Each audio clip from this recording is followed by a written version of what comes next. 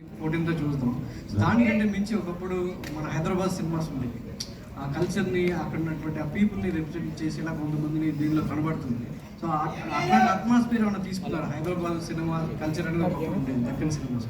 So దాన్ని reference ఏమైనా link చేసారా? డెఫినెట్లీ రామ్ నాకు నరేషన్ ఇచ్చినప్పుడే this is Hyderabad old city side ఉండబోతుంది బ్యాక్ డ్రాప్ అంతా అన్నప్పుడు డెఫినెట్లీ చాలా కొలోక్యల్గా మీకు అక్కడ సగం హిందీ సగం తెలుగు మాట్లాడేటోళ్ళు కొంతమంది ఉంటారు. సో ఆ క్యారెక్టర్ వచ్చింది ఒకటి మీరు చూస్తే.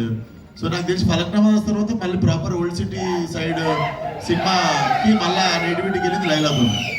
సినిమా చూసిన అమ్మాయిలంతా లైలా ఏ లిప్స్టిక్ పెట్టుకుంది, లైలా ఏ మేకప్ వేసుకుంది, చాలా ఇంట్రెస్టింగ్గా ఈగర్గా అడుగుతుంటారు. దానికి మీ సమాధానం చాలా మంది అమ్మాయిలు చూస్తుంటారు. చెప్తాం ఏ లిప్స్టిక్ వాడిందో చెప్తాం, ఏ మేకప్ వాడిందో చెప్తాం. యాంకర్ గారు చెప్పాలి, ముఖ్యంగా యాంకర్ గీతకి చెప్పాలి, ఎందుకంటే నెక్స్ట్ క్వశ్చన్ అడగడానికి రెడీగా ఉంది.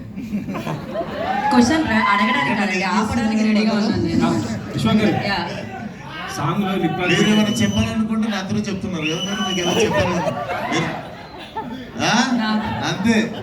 చూడండి ఎందుకండి మళ్ళీ వెంకట్ గారి దగ్గరికి. ఓకే రిప్లాక్ పెట్టారు కదా, ఇక్కడ సార్ సార్ ఇక్కడ సార్ ఇదిగోండి ఇదిగోండి వినిపిస్తుంది ఎవరు అర్థమైంది.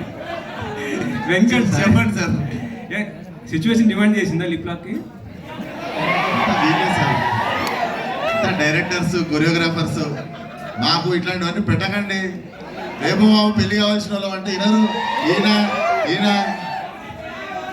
పెళ్లి చాలా ఇబ్బంది పెట్టారు సార్. అవునా? నేను చాలా అన్కంఫర్టబుల్ ఫీల్ అయినా అట్లాంటి అన్కంఫర్టబుల్ ఎందుకు ఫీల్ అవుతుంది? మీ అంత ధైర్యం చేయలేకపోయినా సార్.